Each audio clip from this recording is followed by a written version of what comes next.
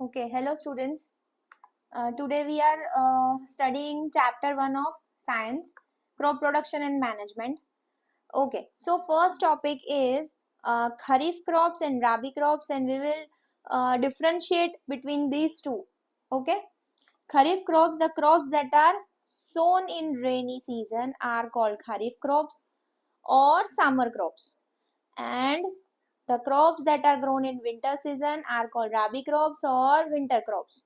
For example, paddy, rice, maize, soyabean, cotton, groundnut, millet, etc. are kharif crops. And rabi crops में क्या क्या आएगा? Wheat, gram, tea, mustard and linseeds. Okay, so kharif crops और राबी crops दोनों का एक season होता है जिसमें वो ग्रो होते हैं. वो उसको अगर हमको सोइंग पीरियड और हार्वेस्टिंग पीरियड दोनों अलग होता है, तो इसमें है जून जुलाई से स्टार्ट होता है एंड हार्वेस्ट होता है in the end of monsoon season, means in September. और ये सो होगा अक्टूबर नवंबर में और हार्वेस्ट होगा मार्च में. ठीक है, तो ये हमें फर्स्ट पॉइंट ये मिला उसकी डेफिनेशन. सेकेंड पॉइंट है उसके एग्जाम्पल्स, और थर्ड पॉइंट है कि उनका सोइंग टाइम और हार्वेस्टिंग टाइम. ठीक है, तो ये हो गए ये हो गया तीसरा पॉइंट. सो 1, 2 एंड 3 पॉइंट्स ये आपको आज आपकी बुक में लिखने हैं. ठीक है, okay. Now next topic is manure and fertiliser. वो तो आपको पता ही है ऑलरेडी, हम लोगों ने लेक्चर लेते टाइम ये किया था. तो मैन्योर का आएगा कि manure is a natural substance obtained by the decomposition of animal waste like cow dung, human waste and plant residue. और फर्टिलाइजर में आएगा, fertiliser is an inorganic salt which contains necessary plant nutrition. तो इसमें सबसे पहले आएगा कि manure एक नेचुरल सब्सटेंस है और फर्टिलाइजर एक इनऑर्गेनिक सॉल्ट है. इसमें आप ऑर्गेनिक भी लिख सकते हैं. ठीक है, इसके बाद आएगा manure is relatively less rich in plant nutrition. Manure होता है ना, वो स्पेसिफिक प्लांट न्यूट्रिशन के लिए अगर देखने जाए ना तो वो उतना फायदेमंद नहीं होता है. और exactly उसके opposite fertilizers contains a rich amount of nutrients like nitrogen, phosphorus and potassium in concentrated form. और उसमें स्पेसिफिक क्या होगा फर्टिलाइजर में, जैसे अगर नाइट्रोजन और फॉस्फोरस का कॉम्बिनेशन चाहिए स्पेसिफिकली तो वो होगा इंक्लूड, या तो फिर फॉस्फोरस और पोटेशियम का एक कॉम्बिनेशन चाहिए तो वो उसके अंदर होगा, या स्पेसिफिकली सिर्फ पोटेशियम चाहिए. ठीक है, manures are prepared in the field by decomposing waste. और ये हो गया थर्ड पॉइंट. फर्टिलाइजर में है ये प्रिपेयर होते हैं फैक्ट्रीज में.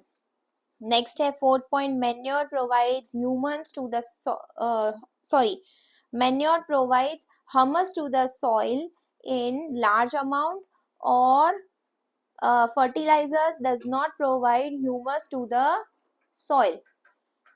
Manures are not soluble in soil, therefore absorbed by plants at a very slow rate. और fertilizers are highly soluble in water, so they are readily absorbed by the plants. और वो फटाफट से plant में absorb होके उसका nutrition उसको जल्दी से मिल जाता है. मैन्योर में एग्जैक्टली उतना फास्ट नहीं होता है, उसका रेट स्लो है. तो ये हो गए फर्स्ट में हम लोग क्या लिखेंगे कि ये एक ऑर्गेनिक है और ये एक इनऑर्गेनिक सॉल्ट है. ठीक है, फिर हो गया सेकेंड में आएगा ये लेस रिच न्यूट्रिशन की अकॉर्डिंग, और ये होगा रिच अमाउंट ऑफ न्यूट्रिशन.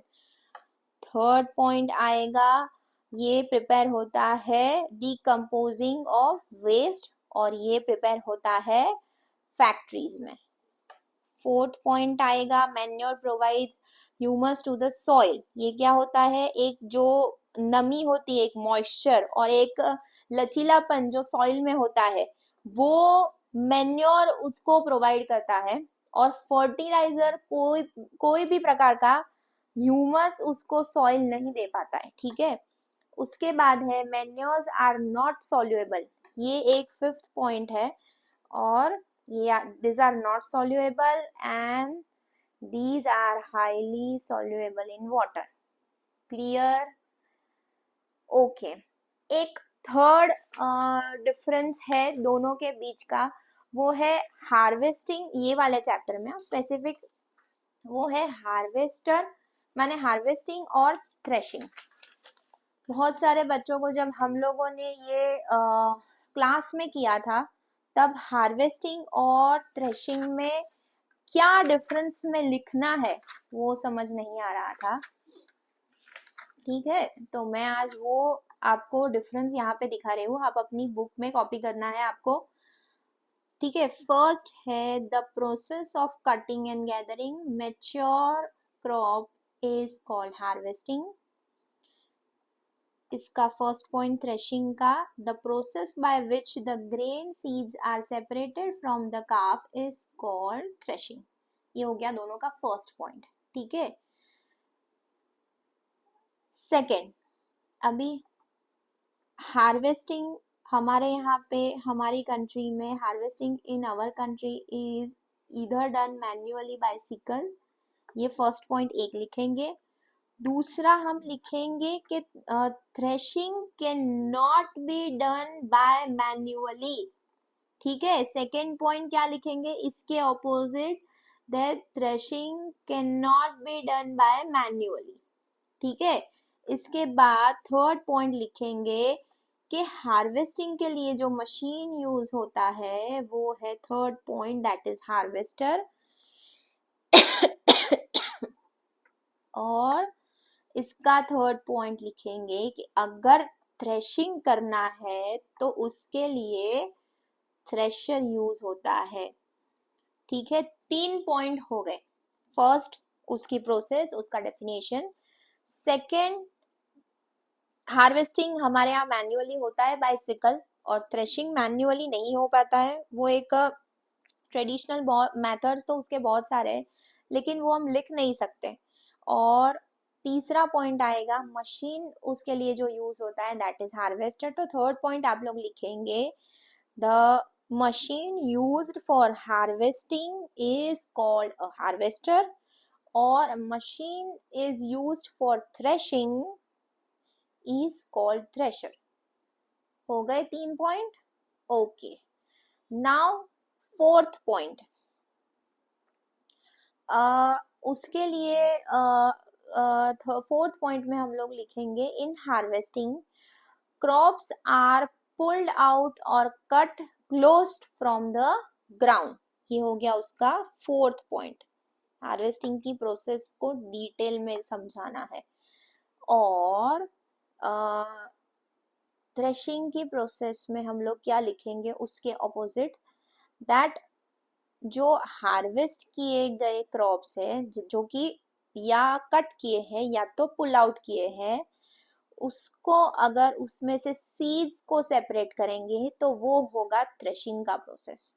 ठीक है, फोर्थ पॉइंट आपको अपने आप लिखना है इसके opposite, that is in harvesting क्या होता है और इन थ्रेशिंग क्या होता है. समझ में आया? Clear students? तो ये हो गए आपके हार्वेस्टिंग और थ्रेशिंग के 4 पॉइंट्स डिफरेंस के. क्लियर?